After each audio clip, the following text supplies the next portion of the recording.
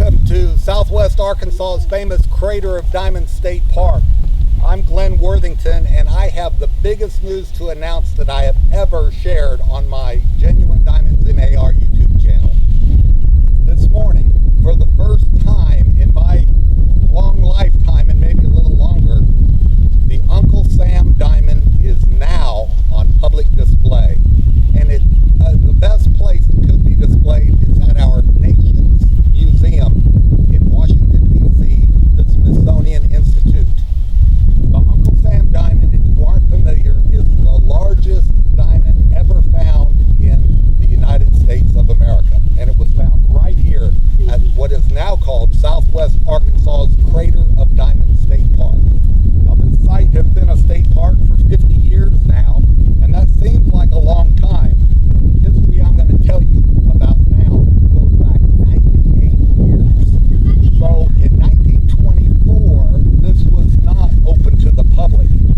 A company, the Arkansas Diamond Mining Corporation, owned this land, and people were not allowed to come here except the workmen. It was being mined commercially by a large plant that sat down here. And one of the workers' name was Wesley Ole Basham, but they called him Uncle Sam affectionately. That was his nickname, Uncle Sam. He was working here in 1924, and they were washing ore through the equipment as they had for many years. Since 1907, they started finding diamonds here. The first diamonds were found by a farmer, John Wesley Huddleston, in August of 1906, but by 1907 a company had bought up his old hog farm here, and he more or less retired with a lot of money, but they set up a state-of-the-art diamond recovery plant, and in 1924 they were feeding ore into the plant when one of the workmen, nicknamed Uncle Sam, found a 40 1/4 carat white diamond, and it was then sent to the company in New York that was cutting all the diamonds for this diamond corporation, and they first cut it to a parallelogram shape. And so you'll know what I'm talking about. I've got a little cheat sheet picture of it here. If I can turn to the right page, there it is. So this is a parallelogram diamond. This is not actually the Uncle Sam, but this is a cut gemstone just so you could see the shape. So it went from 40 1/4 carats, or 40.24 carats, down to a 14 1/3 cut parallelogram, which actually it's 14.34 carats. So it lost a lot of weight in the cutting, but the diamond was purchased by the diamond cutting company. And diamond cutters do what diamond cutters do, they recut the diamond. So as if it wasn't small enough, going from 40 1/4 carats down to 14 1/3, then the diamond cutter cut it again, and this time it yielded an emerald cut shape. And you can see it there, but I've also got a picture you can see a little closer. This is what you'll see if you go to the Smithsonian Institute in Washington, D.C. right now. You will see an emerald cut 12 1/2 carat diamond, actually 12.42 carat emerald cut. And it is slightly off-white. It's tinged a little. Some people have said a pinkish tinge. I don't believe that. We don't have pink here. I think it's a brownish tinge, or just a light tea color, just off-white a little bit. But a lovely gem and a large gem.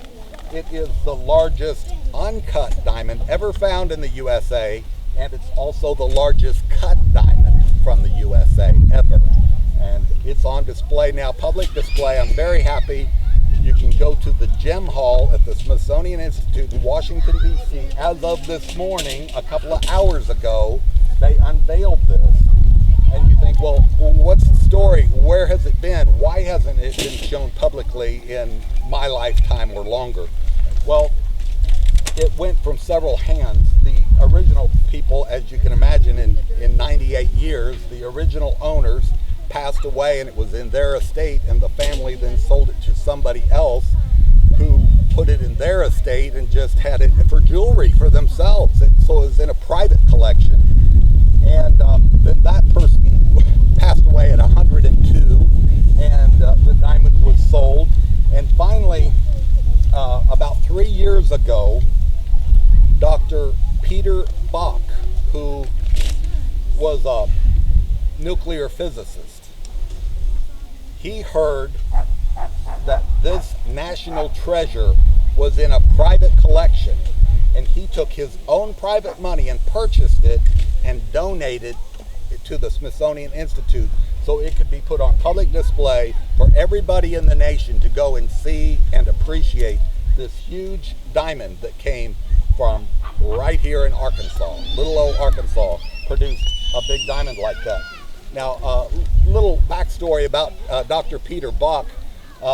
Back in 1964, a friend of his was telling about his son was going to go to college and needed a way to earn money to pay for tuition, and had an idea of opening a sandwich shop to put himself through college. So Dr. Peter Buck, being a generous man, gave $1,000 to this young college student to start a sandwich shop that became known as Subway. So it did well. It was a good investment of $1,000. So one of the co-founders of Subway sandwich shops, Dr. Peter Buck, purchased this with his own money from a private collection and put it on public display. And I would love to say that he was at the unveiling ceremony this morning in Washington, D.C., but unfortunately he passed away last November 2021, at the age of 90. But I really wish they had unveiled it sooner so that he could have been there for the ceremony. But my thanks go to Dr. Buck for preserving this national treasure for all of us to see and enjoy. And my wife and I are going to travel back to Washington, D.C.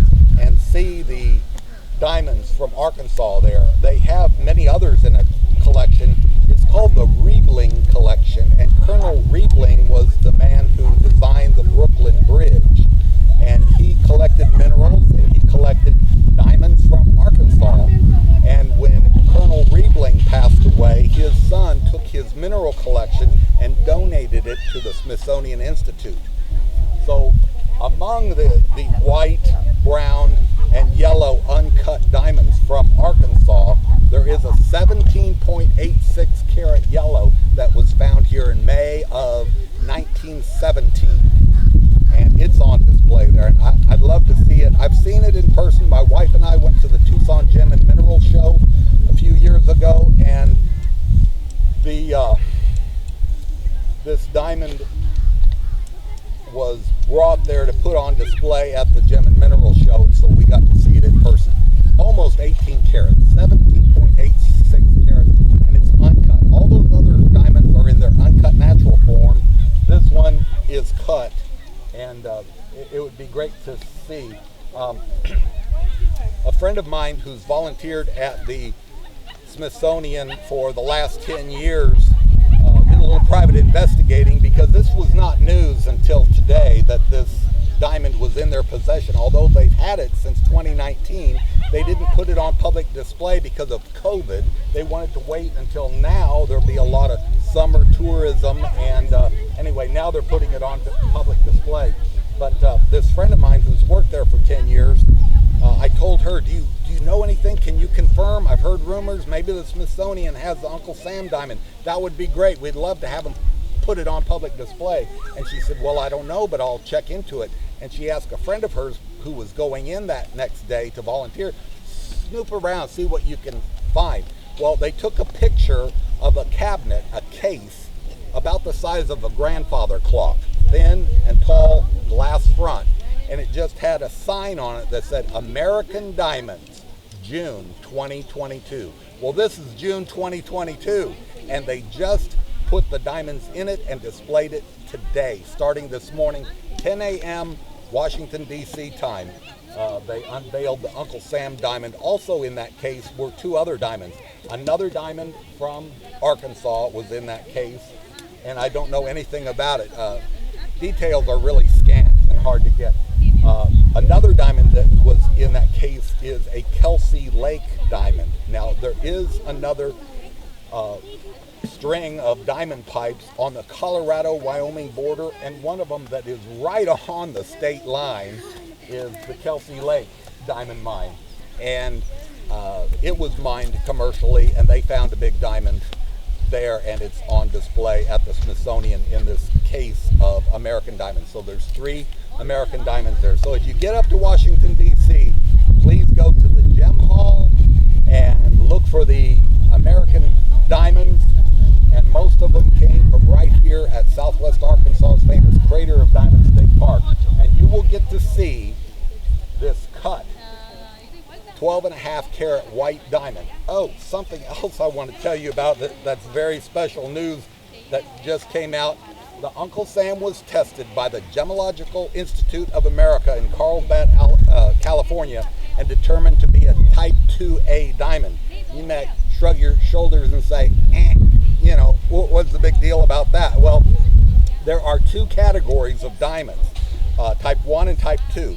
98% of all diamonds found worldwide are type 1 diamond, and they came up to the surface through volcanic vents or pipes. There was like earthquake faulting here, and then CO2 gas and steam propelled them to the surface and brought all this volcanic material, and with the volcanic material, it brought diamonds up from between 100 and 200 kilometers deep.